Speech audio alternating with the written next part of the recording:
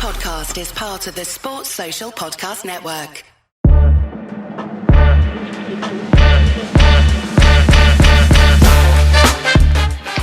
Welcome to the Ospreys Diary.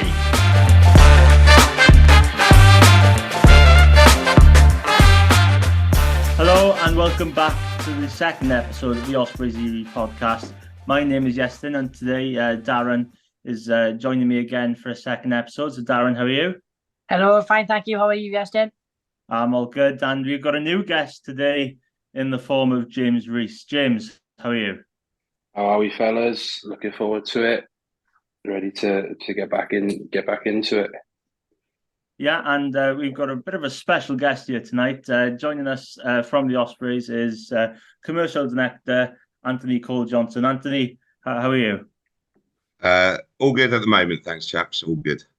And how much are you looking forward to for the Cardiff pre-season game tomorrow and the season ahead?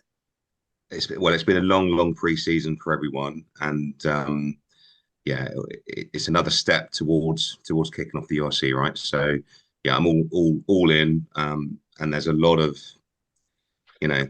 eyes on it tomorrow, both internally and obviously from the fans as well. So nice to get back into Swansea.com and nice to see where we are in terms of development of the team and getting ready for the URC. Yeah, and we'll basically be spending a bit of time grilling you with a few questions, if you don't mind, and just chatting about all things on and off the field, if that's okay. And first of all, I want to talk about the new kit sponsor that's come in, Macron. What more have we got about that? Obviously, some supporters would say things haven't gone that well with Umbro. So what do you feel about the move to Macron? So I think that the reality for Welsh rugby is that Welsh rugby needs to, in effect, it needs to live within its means, right? And I think you can look across all the organisations and see that that's just not the case. And one of the challenges we had is that we had a traditional retail model when I entered the club. And that meant, in effect, we were doing the buying of all stock, not just kit, but buying training wear, leisure wear, and then selling the pricing. And it's a model that's very risky. Your standard retail margin in any retailer is 11-12%. If you look at the Currys group, if you look at supermarkets, they're low margins. So your win in retail is quite low. So we really were looking at moving to somebody who could give us a brilliant technical kit and de-risk us. So in effect, commercially take us forward. And where we've got to with Macron is, a number of bespoke items for all of the boys in training. And I can tell you that the boys in training really enjoy the technical kit, what they're using in the gym, the training tops that are bespoke that you've seen with the top of the Osprey and on the training field. And of course, match day, where we've been able to be a bit more out there, should we say. So far, so good from our perspective. Yeah, and lads, feel free to chip in if you've got any other questions. Just want to get on about the design of the kit, and my opinion, I feel like the home shirt is quite neat. I think it's probably arguably one of the nicest ones the Ospreys have had in quite some time, even though James is repping quite a classic. How is the design process to make these kits?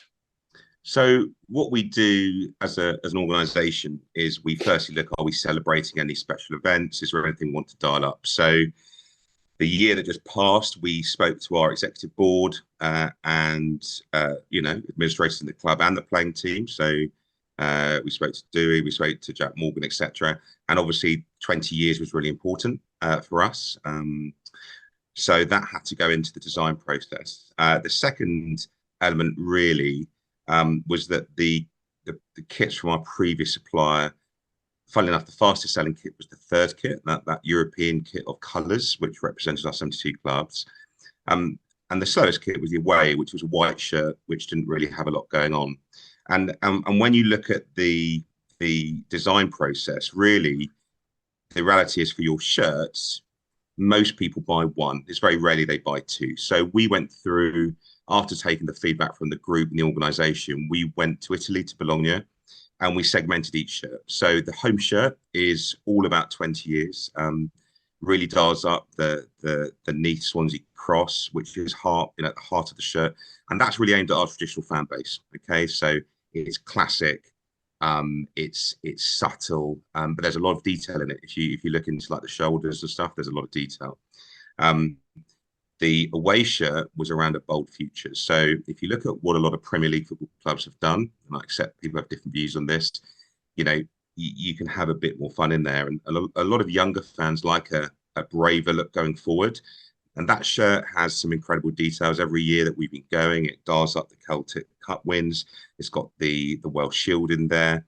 It's got the Neath Cross in there, with the big Osprey. And what's really interesting with that, as we work through the design process, is that started as a grey mask, and then it evolved, and then we dialed up the detail, and we had a lot more fun with it. And then the third shirt is what we call our sort of pub shirt. So that's the one you'd wear down the pub.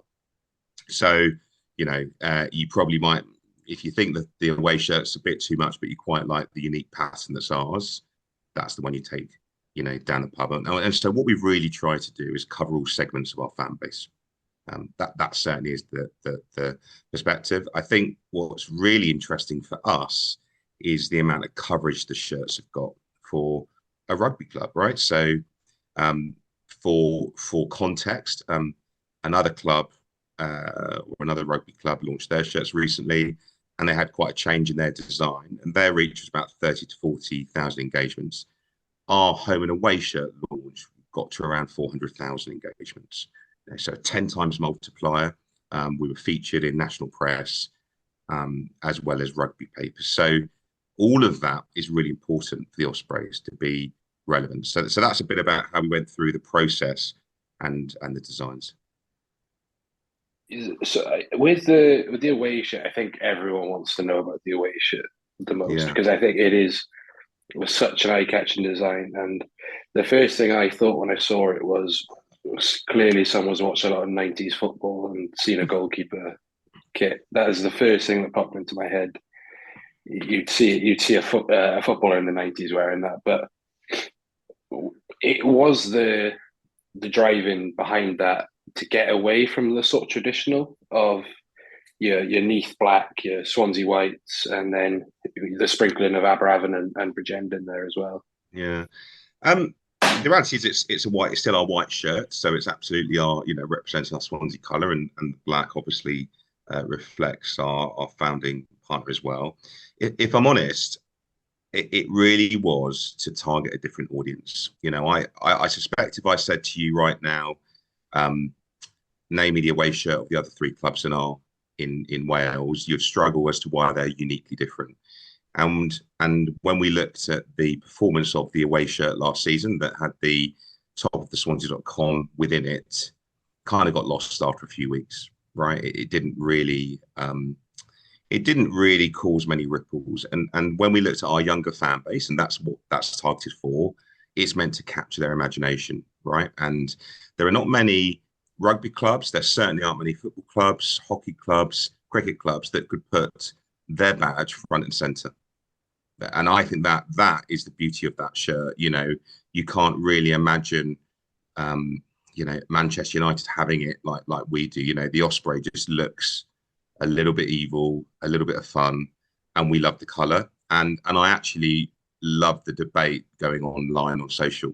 People hate it, people love it, and the demand for it's insane. So it wasn't a move away from Swansea, far from it. We're very aware of that balance, James, that we've always had, but we definitely wanted to be more playful. And I think what gave us the confidence was the performance of the European shirt the year before, where we had all that colour. And as I say, that was the fastest selling shirt of all three the prior year.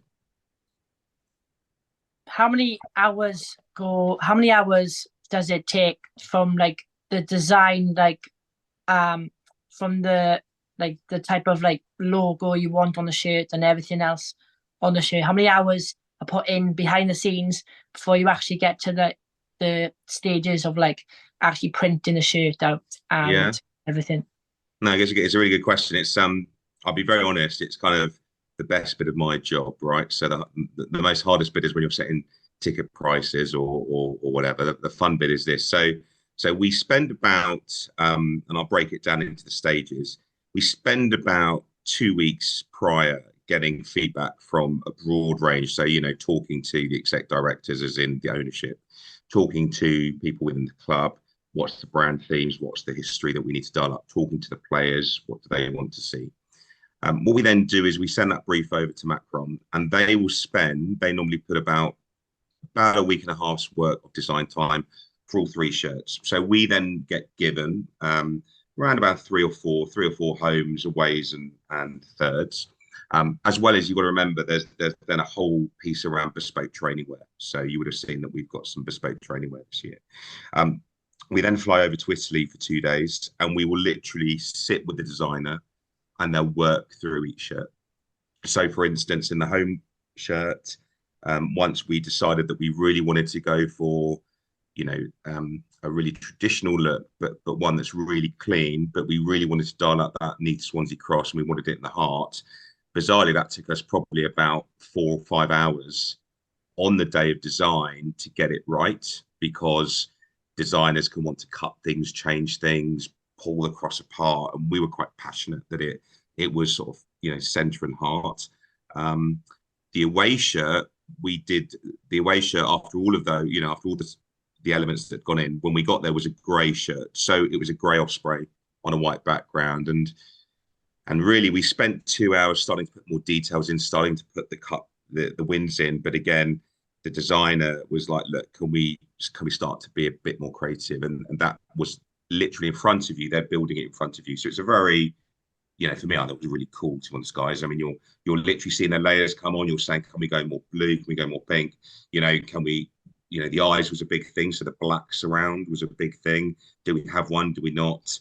And of course, over in Italy, we also had our team general manager. We had our kit man, and we had our retail lead and our marketing lead. So there's a really wide and broad engagement. And then what we loved about that pattern then moved into the third. So actually, the third shirt originally was the training top the boys are wearing today. So that blue and black training shirt was originally the third. And we then switched the European shirt you see today. That was a training one. We believe that was actually a nicer third shirt with that design. So as I said, we're out there for 2 days. They then take on, and you leave Italy with a quite clear idea of what it's going to look like. And then what you get back is some tweaks.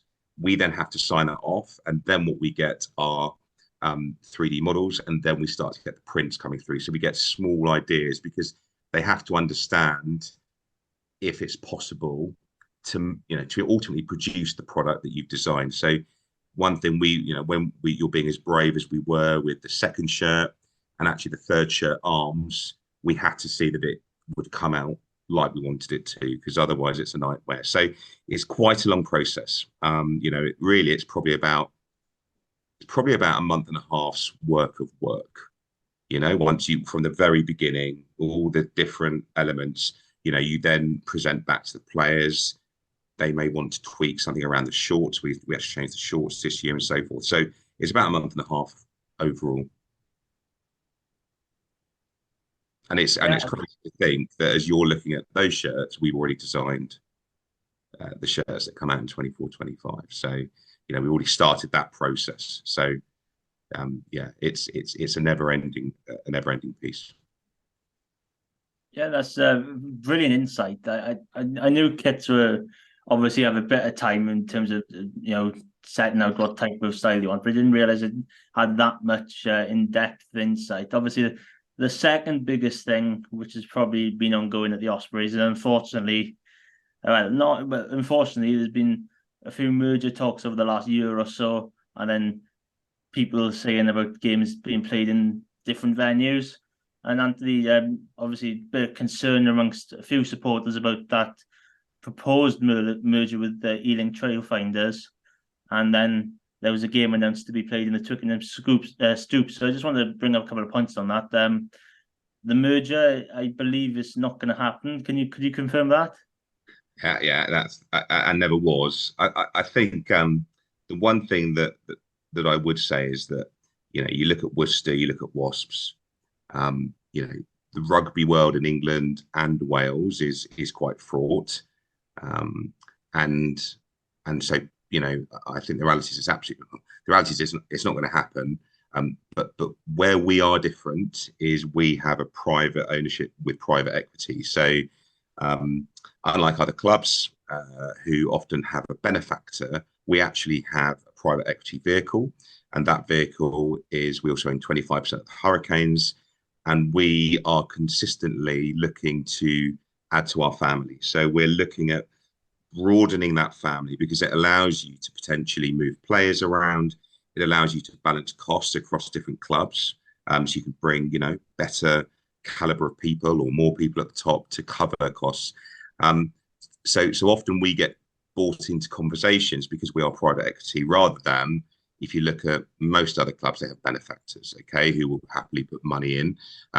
That's where our plan is, to keep taking the organisation forward. So it absolutely is not happening. And, you know, I think the challenge we have as an ownership group, or our ownership have, is that we seem to be getting pulled into conversations a lot because of the fact we are quite unique in a rugby world on where we're going. The second point you make was around London, and I think it's really important to understand where that comes from. So the reality is we're happy in our stadium, but you know, it's probably too big for us. I think that's the reality. We have a 54-year lease. We obviously get no funds revenues from food and beverage. So, you know, every beer that you buy, burger, we get nothing for that, nor in hospitality. And obviously we therefore don't get any benefit, you know, any benefit from concerts, incremental games, conference. You know, when I was in my previous role, I had a 6 million C&E business. You know, I bought the Stones and take that to Southampton. We can't do that. Okay, so it really restricts our incremental revenues. That's a problem. The flip side is we don't pay for the pitch. We don't pay for the floodlights if they fail. So there is an upside. So when you look at the fact that we have a large reliance on our community program, bringing in low yield tickets, we simply don't make enough money with the funding agreements in place from you know, the different funding areas. So we had to think differently. We looked at a number of different models, and the one that stuck out was the NFL. I think they're over at the moment, the Jacksonville Jaguars. Around 15 to 20% of their turnover comes from their London fixture. It's unique for them. The reality for us is that, you know, our funding has fallen dramatically, 20, 30% central bodies. And so we need to make that money up. And, you know, we simply are not seeing people through the door at the volume and the yield that we need to do that. So by moving one game, using a pricing matrix for London has given us, you know, the reality is an opportunity to, in effect, double our ticketing revenue by one game and keep our season ticket pricing and match day pricing the lowest in Wales from what we can see. You know, and that's really important when inflation's at 10, 11%. I think you can still get a season ticket for £160 with us, including the friendly tomorrow. So that's why we did it. That's why we're doing it. And I think, you know, I appreciate it's really emotive, but there's no cynical reason for it other than we want to try and generate more upside, you know, and really take advantage of the interest in the URC in London. I think, to put people at ease, we absolutely will only ever want to do one game there. And when I say that, we know our heartland is Swansea, Neath, Bridgend. It's, you know, it's our region. Secondly, you have to get a number of permissions. So, you know, for us to play that game in London, we needed permission from not only the WIU, but also the PRL, the PRB, the BBC, the RFU. So it was quite a long process, and we had permission for one game only, you know, and actually it's a great opportunity for us to work with our friends at London Welsh, and to have one big game, as I said, which would double our ticket revenue in one fell swoop. So that's why we've done it. And I think the other sort of question that often comes out is, why didn't we include it in the season ticket? And the reality is, I think it's really, especially with the current financial climate, I think it's really unfair to include something for people and assume they're going to make the 3-hour trek up to London on a Friday night. We try to get it on a Saturday. So I think that's the first thing. There's doing a game maybe away from the Swansea.com within your region, but I think taking it up there. And therefore, when we priced it, the 50% off element meant that if you do choose to go to London, and we really genuinely would love you to be there, but we appreciate, we can't determine it. The 50% means you could go and see the game for about £12. So that's less than 7% of your season ticket price. And rather than doing a blanket increase, we chose to give people that option to make the decision. And that's really all it was. And again, I have, of course, read online that people think it's a disgrace. And that really wasn't our intention. It was actually to give people the choice to make the call, on a Friday night. So yeah, that's why we've done it. It really is all for the region. This is to make us successful. And I think, we all have a burning ambition at Ospreys to be a bit different. We always have been, to be a little bit disruptive. And it sometimes can be uncomfortable, but we also want to see success, and I think that's why we're doing these things. We're certainly not doing it for, 50 grand here or there. It's for significant gains for us. So I'm completely on board with the whole London experience. I've been a season ticket holder for years and years now, but this year I've moved across the border. I'm now living on the south coast. So when that London game came up, I was like, oh, brilliant! It's 2 trains into one train into Paddington, and then get the underground to wherever. So brilliant for me.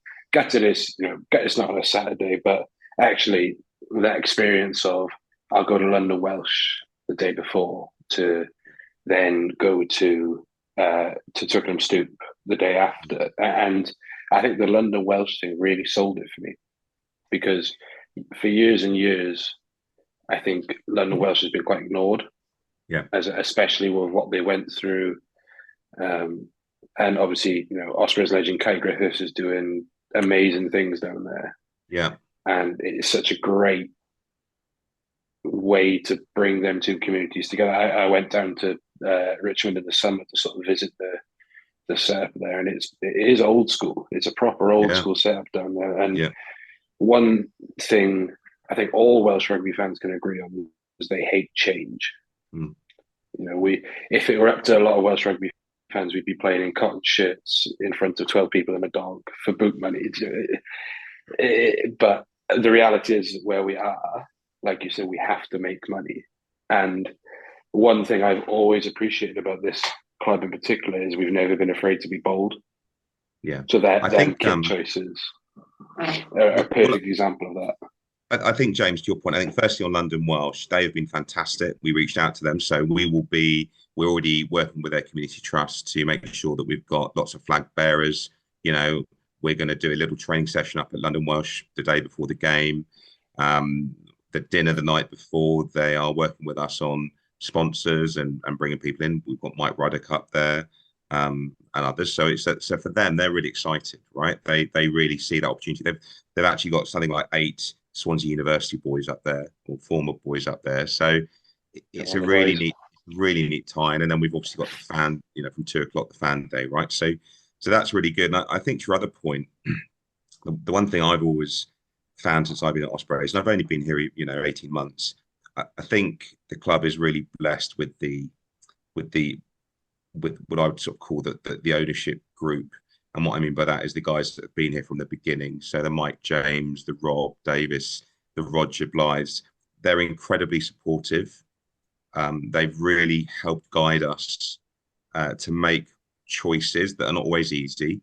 But they've always, like you've just said, they've always had this little fire to be a bit different, and I can tell you, when we beat Leicester away, it was probably one of the highlights I've had in sport. Because it meant so much to them. they got one over their old enemies and everything else, and it really did. But I take your point. It's not easy. I actually don't think. I think Welsh rugby is an interesting time. I don't think everybody thinks, we, like you said, we have to play always in the old league, in the old shed. I think that social media suggests that, and I think there's a few people that have quite a large influence on that. But what we're seeing, certainly with the London take-up, is people are receptive to it and open to it, and lots of people like yourself, there is a Wales in London event every March where there's hundreds and thousands of people that do it. There are opportunities for the Ospreys to really grow their fan base, but not to the detriment of our home and our region. So I just want to make that really clear. But it's I think it's a big opportunity for us. Yeah, how much was an influence of the European knockout game against Saracens, the decision to maybe look at this, a different alternative to playing all the home games at Swansea? Because obviously there was quite a lot of talk on social media that day about how many Osprey supporters went to Saracens and how much noise they made.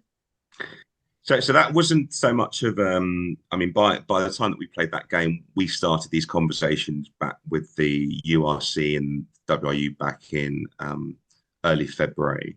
I think what it really did, two things. One is it reassured us that people will travel, and actually there is a good audience for us. And I think it also highlighted to us what a great stadium for 12,000 people. The Saracens is, the noise and the atmosphere, and it brought, people do like a day out. We really did a lot of work with our data partner to understand the size of the Welsh audience, but also, and quite as people have noted, the South African audience or the Irish audience. So we were looking at either the South African teams that have a sizable presence in London, and of course the Irish. So Munster, when they played the URC playoff, within a week took 4,000 people over to South Africa. That's insane, right? So we were very aware of that, and we were also very aware, of course, that the way the fixtures were, that the reality is the Sharks game especially, we actually had a fixture situation at the Swansea.com, number one, and we knew that the World Cup was going on, so we were not going to be as fully loaded as we would like to have been. And so the interest would have been quite dire, I think. And so actually it's probably worked out quite well in terms of the ultimate outcome. But yeah, to your point about the Saracens game, which again was nearly wonderful up to about the 63rd minute, was that fans do travel and look, all I would say on this is that the boys still talk about the coach, the flags when they came off the coach. That was incredible. And funnily enough, when we did go out with our London game, Saracens did get in touch and ask if they, if they could host it because of that Ospreys game. But by then we'd already agreed with the guys over at Harlequins. Yeah, and what would be might be an interesting question. What would be an ideal, attendance figure for the Stoop? Is it to match was the attendance of Swansea, or is it much more? So we would like to get around 7,000 to 8,000 there.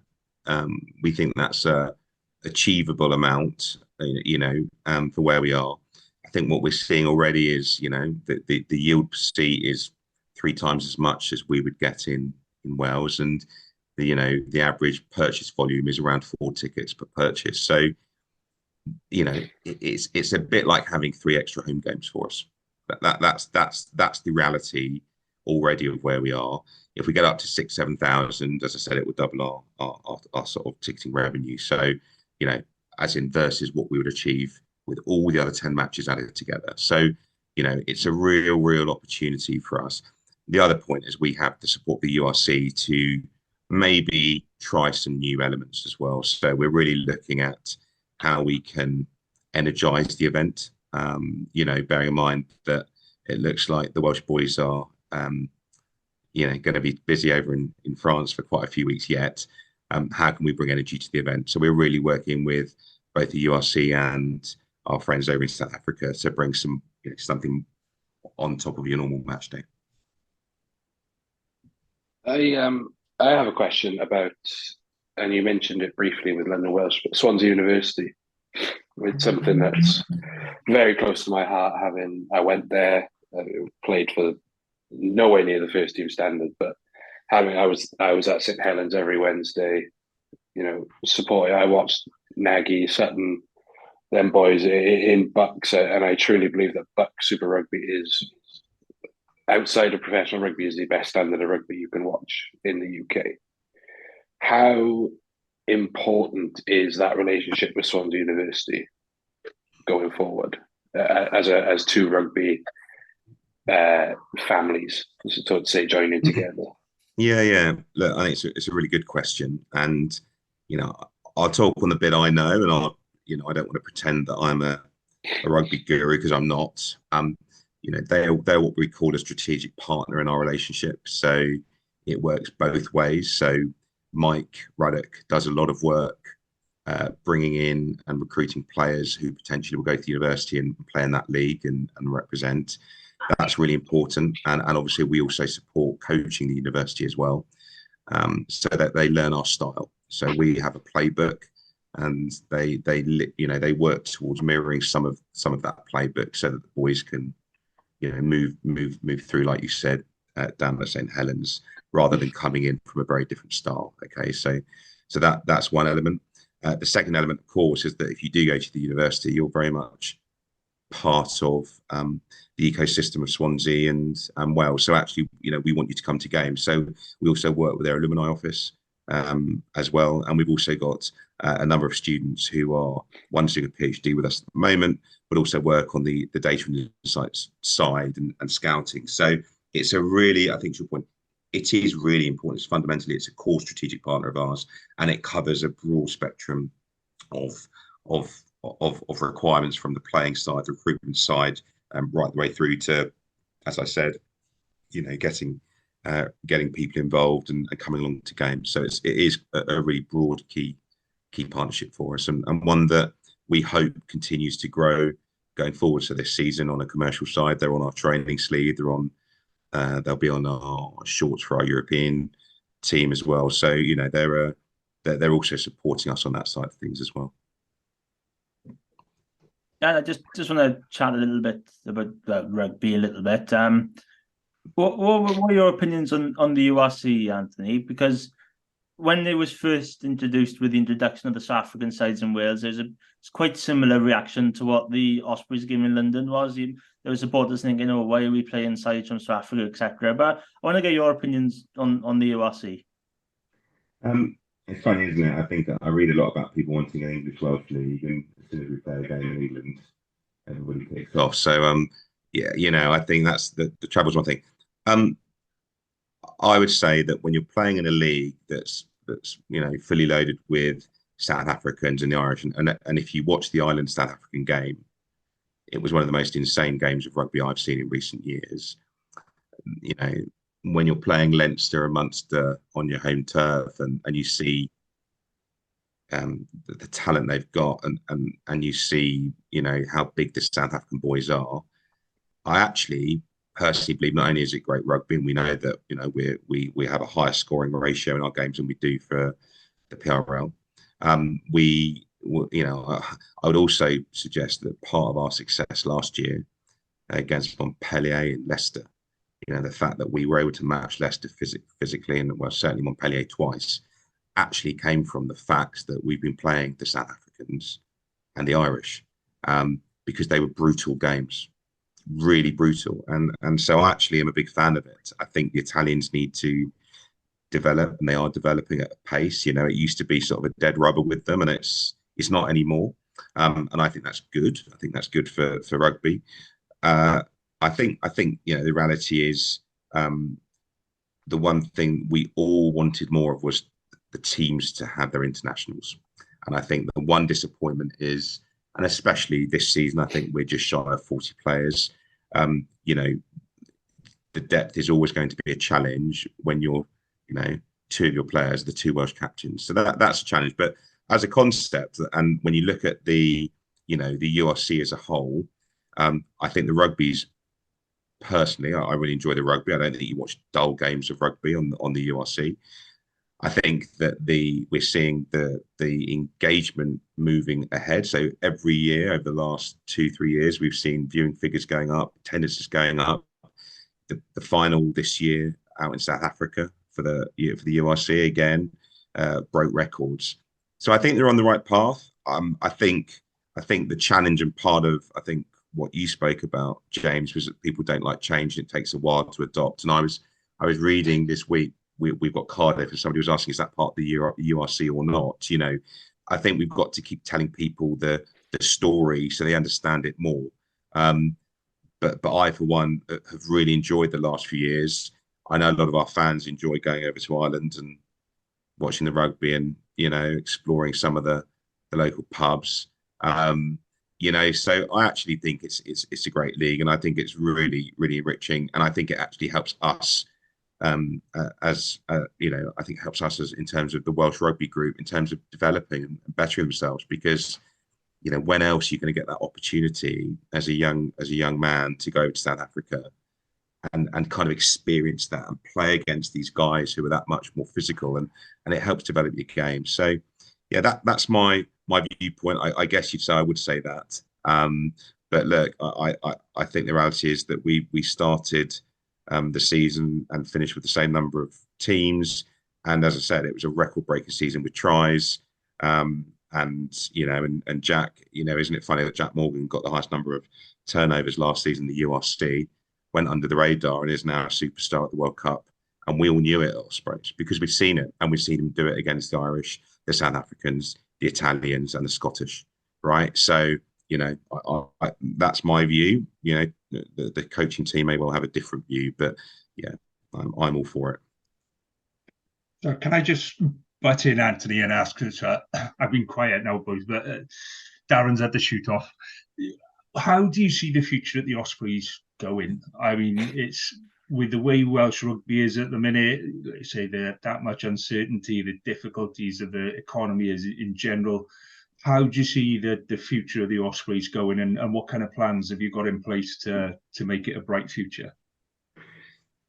And it's a great question, because I actually would say that if you look across all 4 clubs, they all have the same challenge, right? So I think we saw recently over at Cardiff, where they've now got new ownership, they were really holding back on the size of their squad because of the challenges around finances.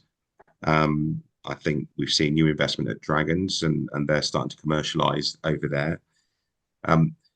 So how do I see the future is a really good point. So we benchmark ourselves on different areas. When we look at ourselves in terms of sort of the currency of income and our revenues, so our social footprint is the biggest in Welsh rugby, i.e. number of followers on Instagram, Twitter, Facebook, right? We're more than the other 3 combined. Okay, so we've done a lot of work in that space. So that's good. And I think the Ospreys brand carries, and we've seen that with that away shirt. So that's good. We have a strong pathway. I think the work that our scouting team do, and the boys in the academy, and Dan Griffin in sort of leading that side of things, we're seeing a lot of good young players come through, and I think it's great this year they're playing with tips. But longer term, that pathway is, continues to produce, and it is the most successful pathway in sort of professional rugby. So you've got this great opportunity in terms of the players, and you've got a great opportunity in terms of the commercial side to a point, but where it has to change is, rugby is not free, right? And I think there is this perception, and I saw it last season when Scarlets had a great run in Europe, and I think they priced it at 25 quid, and everybody kicked off, and you're sitting there going, nobody in Scarlets has taken money out of that rugby club. Nobody, I can tell you, it's the opposite. They're having to underwrite it. And I think that people have to acknowledge, and I'm reading it here, people won't come to support us. I think people do have to really recognise that if you want professional rugby, That means our players are in every day. They're training. We've got travel expenses. It all costs money. So where this all goes, to your point, is I'm really positive that we've got some really good foundations. I think that the longer term vision of our ownership group of a multi-club model helps us. So, you can imagine a world one day where some of our boys might go off to, we're going the Hurricanes at the moment. They might go over there for 6 months, and develop a bit like in the Man City group today, where people move between New York and Manchester and they'll play a certain style. So I think you'll see the multi-club model develop. I think that we will continue with the pathway that we've got, and I actually think you're seeing the mood of Welsh rugby change just over this World Cup, very quickly. So I'm positive. I just hope that people come through the turnstiles and support it, and not just for Ospreys, but for all of the clubs, because it's to help that ecosystem, and there's nothing better, right, than I think New Year's Day we've got Cardiff. That should be an absolute hell-dinger of a game, and it should be a full house, and that's where I'd like it to get to. So I'm really positive. As I said, I'm really interested to see where the multi-club model goes with us longer term. I think that will help us be different, and I think my big piece is that we commercialize. We do have to bring in more revenues into the club. We have to attract people back, and that means locally as well. I think one of the things we're really conscious of is that we've bought in some brands recently, but we probably haven't done enough to talk to our sort of the people who are on our doorstep more, and bring them back in. So yeah, that's hope a long-winded answer, I guess, but look, it's all positive, and we have to beat the Scarlets every year, Lee. Yeah, I agree. That was going to be my next, partly my next point. From a commercial point of view, how big is that Scarlets game? Like to market to, and obviously you talked about we don't make any money from food and beverage and whatnot, but just how exciting is that when you start run up to that game at Christmas or whenever it is to market it from your point of view? Look, I'm as you can probably guess, right? So I'm an English guy, and I don't think I ever appreciated quite how important that derby was until Boxing Day, when I went to the game. There was one of our coaches, who I won't name, who is a real character and makes it quite clear to the boys how important that game is. And regardless of commerciality, and if we have 15,000 people in, you can do the maths of what it's worth, because there's not many other levers for us. I actually just think it's the one time when you see the Swansea.com bouncing. And that's fantastic, because, if you go back a few years ago, and it's probably 7-8 years ago, so not long ago, we had 10,000 season ticket holders. We sold 46,000 shirts, and you would sell out that fixture, right? You'd sell out the Swansea.com fixture. So it does give me a little bit of insight into the past, but also if we get it right, we should be able to do that again as well. So the Scarlets fixture is definitely an interesting one. And it's one that I can quite comfortably tell you that we start building up from November on a normal season. So it's entirely, it goes two ways. And just knowing the boys on this pod and a couple of my mates who I've been mates with since we were kids, and for some reason they've ended up as an Osprey and a Scarlet. That banter is pretty much solid, regardless of who we're playing. I think it goes back to what I think, James, you were talking about, the URC. I think what we miss on the URC is that sort of rivalry, right? That you can see that you get in other, whether it's Bath, Bristol, or up in London, Saracens, Queens, or in football, Tottenham, Arsenal, right? Everybody loves a derby. It's funny for us, isn't it, that the real big one is the Scarlets one, and it just fires everybody up, and it fires everybody up on the playing group. It's a very different vibe the week before that game to any other game. You know, it's like a, you know, everybody's on edge, and I think that's great. You know, and I think that's the challenge. That it's a very different vibe to when you're, you know, in the Champions Cup and you've got, you know, the Saracens who are, you know, who are meant to trample us. You know, but it is a great game, and it's one that hopefully this year we can, you know, I think the one thing I would say is hopefully it's an opportunity for people to come back to the Swansea.com and enjoy a really good game, you know, and hopefully we'll have some of the internationals back and we can celebrate them as well. So yeah, it's definitely one of the highlights of the year when we win, which we normally do.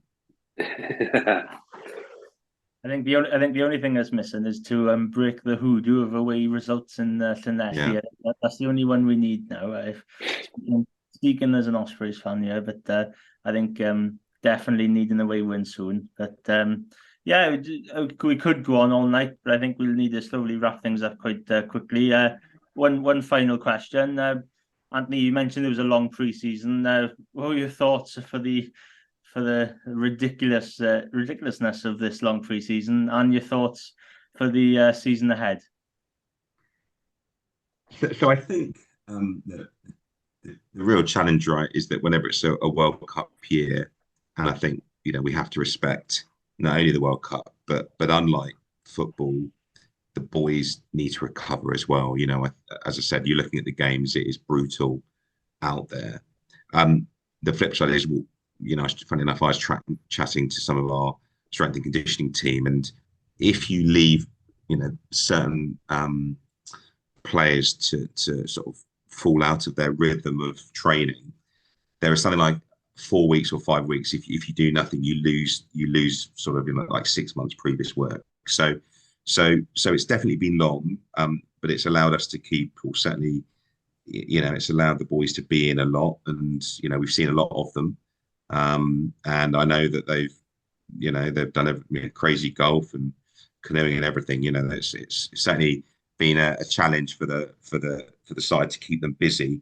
But it's also, ironically, probably the best year it could have happened, because we've lost a lot of our senior pros, obviously, with people like Alan Wynne going.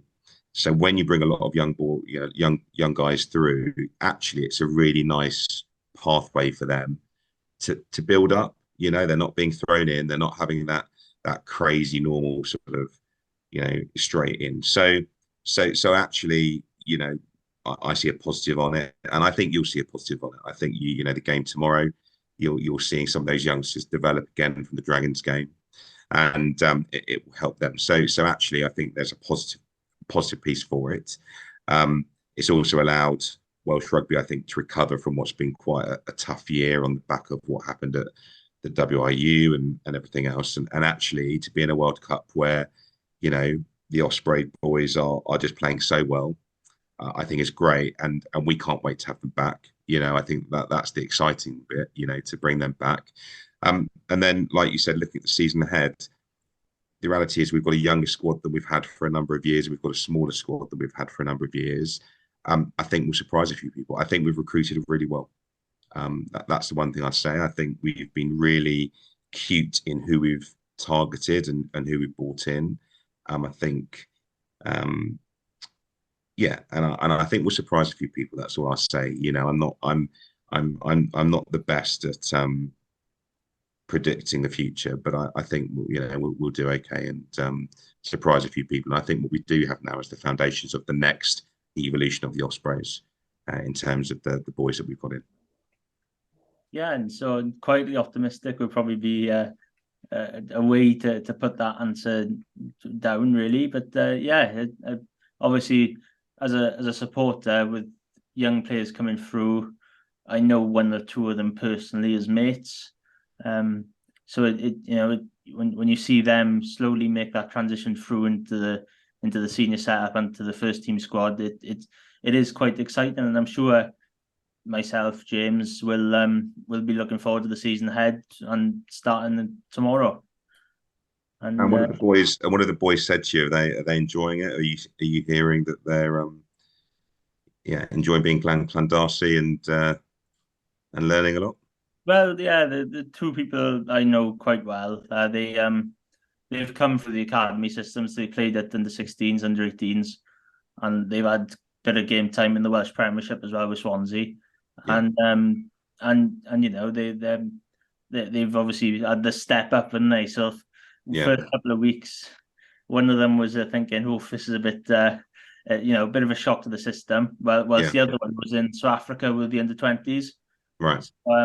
So he coming back a bit later, and then I think they're both enjoying it. They haven't said anything bad to me yet. So yeah, they look like they're having a good time, and obviously they can be learning bucket loads just by training, let alone playing in games.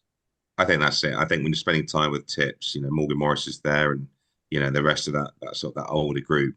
Now I say that older group, they're still quite young. They're just going to learn, and what we're seeing is that they're just absorbing. Certainly, the younger boys are just absorbing so much. So, yeah, it certainly is going to be, a year where the more the fans can come support them and get on the boys' side and just give them that bit of comfort, that they're on the right path. I think it'd be fantastic. And as I said, I think it's the next evolution now of the Ospreys. The next generation are going to come through, and we'll see where the journey takes us with a win against Scarlets, of course. Yeah, I think that is the perfect way to finish it. Actually, I completely agree with that. I think the Scarlets win is clearly the most important, and a European run. Yeah, Nice. definitely. Yeah, Anthony, great. Thanks for coming on today. It's been a real privilege and a brilliant insight to what has been going on behind the scenes. James, thanks for making your debut on the pod.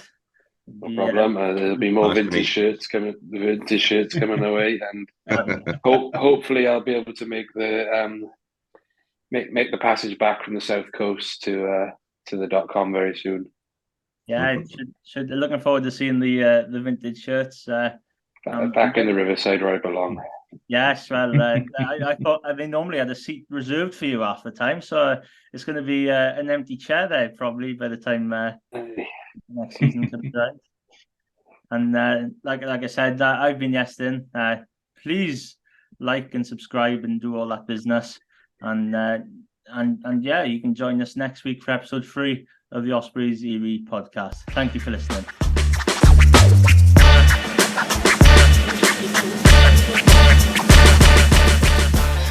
Thank you for listening to the Ospreys RE podcast. We hope you enjoyed the show. Please subscribe, rate and review wherever you listen to us, as it really helps spread the word. You can find us on all the usual social media channels or email us on welshregionalrugbypod@gmail.com. And remember, whatever the question, rugby is always the answer.